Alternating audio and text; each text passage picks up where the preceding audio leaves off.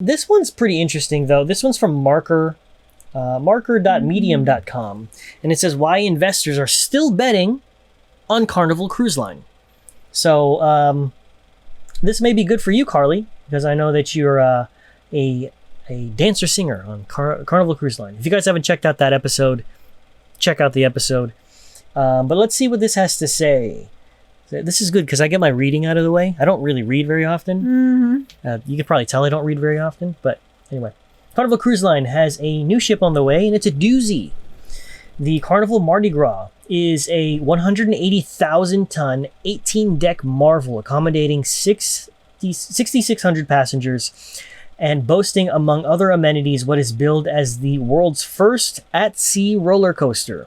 Based in Florida's Port Canaveral, it is intended to sail Caribbean itineraries and is packed with brand new experiences for eating, drinking, and spectacularly getting down to fun. Interesting.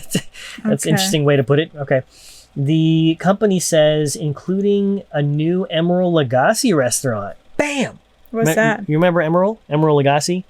He was that chef who was a little on the chunkier side, and he would go on the talk shows and he'd be like, bam, bam, bam. No? Anybody? Just me? All right. Maybe it's just me. 2 bars and an 800 capacity performance space. Okay. To enjoy acrobats and musicians. That's like the theater, right? Basically, yeah. Unless it's a specific different space. Maybe they do something outside. It sounds to me like it's a circus. Yeah, right? It kind of sounds like a circus. You got roller coasters, you got acrobats. Well, sorry. Like Carnival Mardi Gras theme, so well, that makes sense. I can already see the decorations and the beads ship. Everywhere. Purple and green. Yeah. In all, the Mardi Gras, among the biggest and likely most expensive cruise ships in the world, is truly a jaw-dropping monument to humanity's determination to create and prize-engineered leisure that brazenly defies logic of nature. Yeah. They say the same thing about Titanic, and look where that headed. I feel like they say the same thing about every new ship that comes out. It's the best thing ever, and this, and that, and blah, blah, blah, blah, and then we're gonna do cruise ships on space. Space cruises. Any investors out there? That's where the moneymaker is. Space cruise. Go to Mars. Put down in the chat. Would you be down for a space cruise? Let's go to Mars on a cruise. Would you work as crew on a spaceship that's going to Mars? How long would it take to go to Mars? Probably take like 3 years. Forever. But I would definitely go. If you guys would be interested in a space cruise, let me know. I'm curious to know your thoughts on that. All right, so going back to the article, let's check the chat real quick. Oh, what's up? PM Wizard 48. Is there something in your contract on the cruise ship that guarantees you to get paid a portion of the money owed if the cruise is canceled?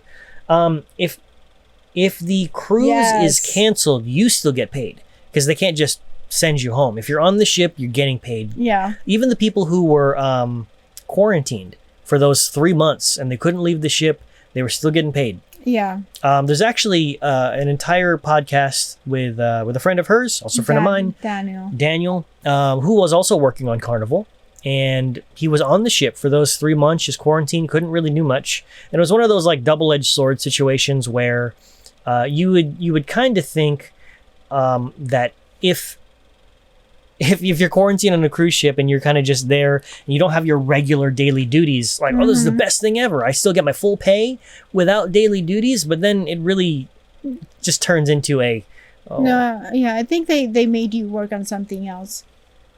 Well, he was saying he only worked like 4 hours a day. You remember? Oh, yeah, that's right. Yeah. Well, did he get his full? Now I have to. He got his full pay. Oh. Yeah. He struggled to figure out things to do on the ship. And that's why we were making the joke that he was finally living the life of a musician. That's right. Guillermo says, yee! Looks like he would work on a spaceship. Yes. Cam says, I would if the safety procedures are well thought up. Well, don't be on the first one then, because I'm Yes. sure there's going to be a lot of things that happen. And Daily Jeeper, what up, man? Would totally work on a spaceship. Yeah, imagine being security on a spaceship with like a space gun and a space taser. That would be so cool, though. I think the uniform will be much cooler too, It would. I feel like it would go either way. It'd either be really cool or really or really dumb. stupid. Like latex pants and stuff, like very Yeah, plastically. they would pull all their inspiration from The Matrix. No, And like Wall-E. that Disney movie, Xenon, I didn't. 21st century. Maybe some of Anybody? you get that reference. I guess I'm too old for that. Anyways, yeah. All right, let's go back to the Wall-E. article here. Carnival has not disclosed its cost, but reports say the most elaborate cruise ships can cost $1 billion, quadruple the price of a Boeing 747. That's in the league of the cost of building an ambitious skyscraper. So, it's an expensive ship, is Yeah. basically all it's saying. It is also, of course, not sailing anytime soon. Of course. Originally scheduled for November 2020, the Mardi Gras' first voyage has been pushed to February of next year, at the earliest. The postponement has been blamed on construction delays attributed to the coronavirus pandemic, which continues to rewrite the best-laid plans of the tourism industry in general, and the cruise ship business in particular. Cruise lines. I feel like they're gonna postpone it towards later on 2021. Well, if people don't start wearing masks, it will be. Yeah. Well, still, I'm saying because they're having delay on construction, and by the time they catch up on construction, I don't know. I'm just saying, but yeah, I'm sure People they've wear- thought of that, but wear mask, please. Yeah. Like I'm done. I'm done being here. you're affecting my right to cruise on ships. Let me cruise. Okay, Karen.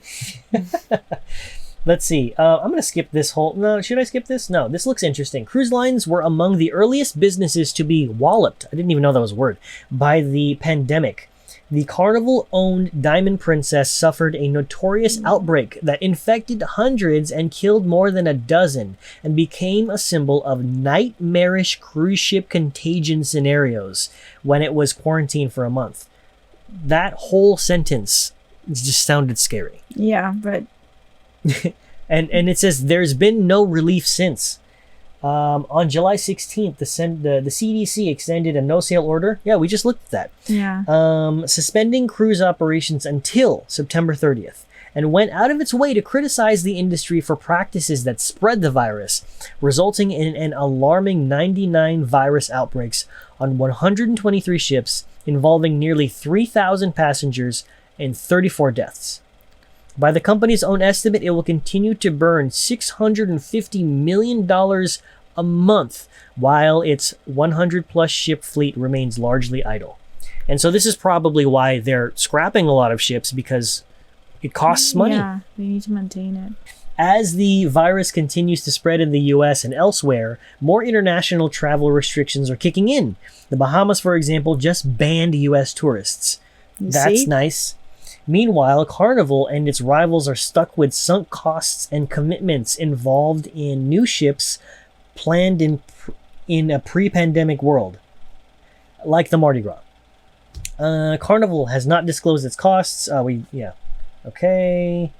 The ships have steadily been getting bigger. We saw that one already. Given this, it's perfectly fair to ponder the future of the Mardi Gras and Carnival and its cruise ship peers as the whole idea of the cruise ship industry with skepticism. So, Carnival and the cruise ship industry generally are unlikely to get government help, like some airlines for instance. So, they're probably not going to get government help because they operate under corporate structures involving registration abroad in Liberia in Carnival's case. That's interesting. So a lot of these like little nuggets in this article. To minimize tax obligations, making anything resembling a bailout politically toxic. Yeah, you see? Oh, The glove hit the face right now. That's interesting. So it seems to me that what it's saying is that they're likely not to receive a government bailout in these times because they've registered ships in different countries. For example, Carnival has registrations, has registered ships in like Liberia. I know Celebrity has registered ships in Malta. So if they're bailing out these companies with these ships that are tied to other countries, that may not look good. Yeah. Huh. I never thought about it that way. Not also look good, but like the ships are doing like what they're doing is trying to not scam, but save some here so they can pull more money. But now that's why I say like the glove hit their face right now, because like they can't benefit from registering in a different place. Yeah, you should have paid more money, registered in the USA, and then we got your bailout. Yeah, at least speculation. That's what I'm seeing. All right, Carnival reported a $4 billion quarterly loss. That's the largest ever for the company, which was founded in 1972 with a single ship, the original Mardi Gras. So yeah, the first ship was named Mardi Gras, and now they're making a brand new ship called Mardi Gras. Mardi Gras 2? Yeah. And is credited with helping make cruising more broadly affordable. By the company's own estimate, it will continue to burn $650 million a month. Right now, if you were to look at the company's marketing mock-ups promising thousands of fun-seeking Mardi Gras passengers various forms of close quarters revelry, you might conclude that's never going to happen. No, that makes sense. You might even wonder, quite rationally, how the cruise industry can continue to exist at all. That's interesting. So, it says here, perhaps most strikingly, Carnival and its major rivals have reported that a substantial percentage of cruise customers remain optimistic about setting sail again in the year ahead. It reminds me of that conversation I was having with Lacey a couple of weeks ago. Had her on the podcast. You should definitely check it out. That she was saying that she actually picked up some stocks. And her reasoning was, well, what the heck do you think is going to happen once everything returns back to normal? Yeah. So I do agree with that in one sense, that at least for the companies that do end up making it out of this, people are just going to want to cruise again. Yeah, they're going to explode too. Because people are going to be going from, I can't do this, towards like, I'm going. So they're gonna splurge and they're gonna do everything big. So I do think maybe we should invest in stocks. We'll see. I'm watching it like a hawk. I'm also watching Tesla. Yeah, but like if it starts growing, then it'll be too expensive to buy. Not necessarily. Okay. Investment banking firm Stifel essentially pitched the idea that the pandemic could end up being a long-term plus for the cruise business. Interesting. Maybe I will pick up some cruise line stock. I mean, counterintuitive as it sounds, it's likely that when cruise lines are allowed to operate, they will probably have customers. Well, yeah, definitely. I think they already do.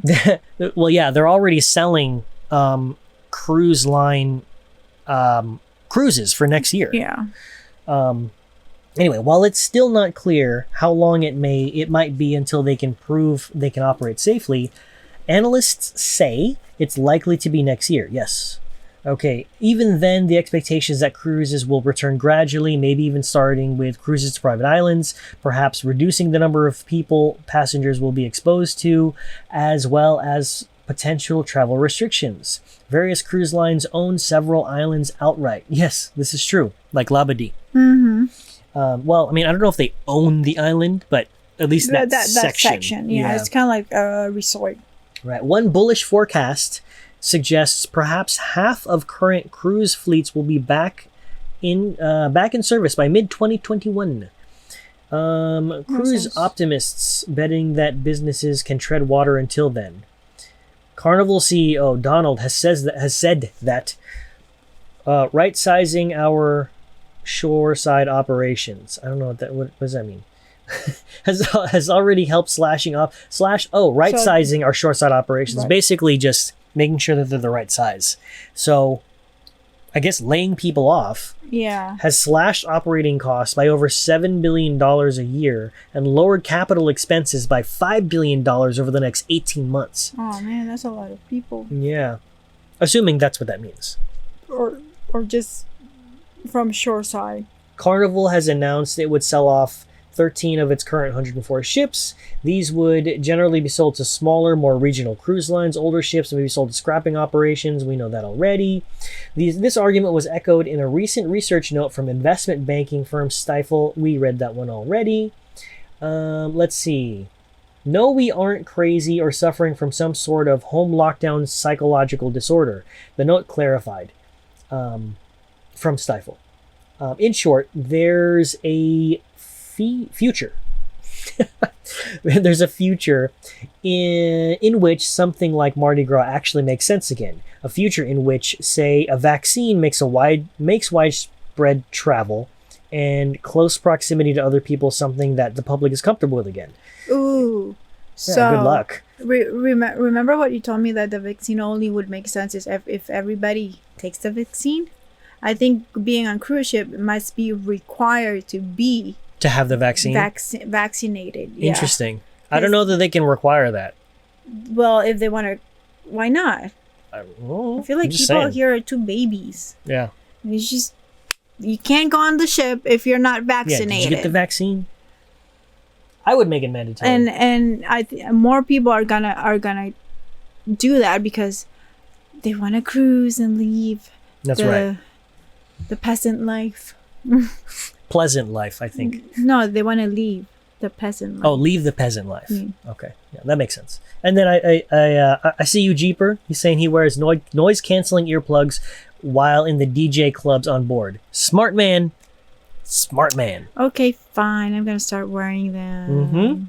Okay, let's see. In short, there's a future. We read that one already, but it's going to take time to get there. So, and on the way to that destination, things are going to get so bad for this industry that Carnival and its rivals are forced to deal with financial issues, cost structure, aging fleet, so on and so forth, that have weighed them down for years. It's not such an outlandish argument, really, or at least it's no more outlandish than building a floating roller coaster, which Carnival has, for better or worse, already proven that can be done. So, anyway, so there are arguments for. There are a lot of cruise ship optimists out there who believe that things are going to get better, and I suppose I'm one of them. I definitely think that things are going to get better, and there are a lot of companies who are going to pull through. But it's the companies that, again, have the cash flow and do strategic financial maneuvering that allow them to get to the end line. So it's a marathon at this point. So it's all about how you manage your funds, and it's going to suck for a lot of employees because in order to manage the funds, you got to look at where you're spending the money. Yeah.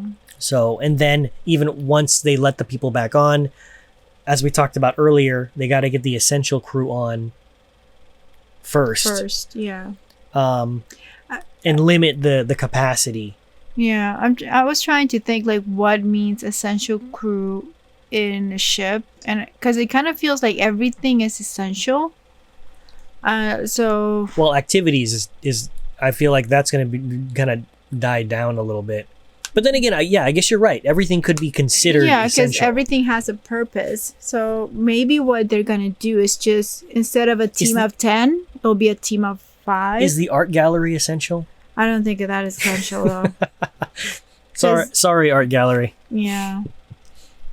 I guess they'll try and get some, instead of like the team of, well, yeah, I just said it. Yeah. But I don't think it's that essential. And Carly is adding her little 2 cents in there. I'm sure it'll be another vaccine requirement for crew for sure. Yes, absolutely. In terms of crew, that's a great point, Carly, that they're going to make crew require the vaccines because, for example, on medical, they make you have they require you to have certain vaccines like yellow fever, polio, rubella, or whatever. I can't remember all of them. Those hurts. Yeah, basically those are the ones. Yeah, all of the main flu. ones. Measles.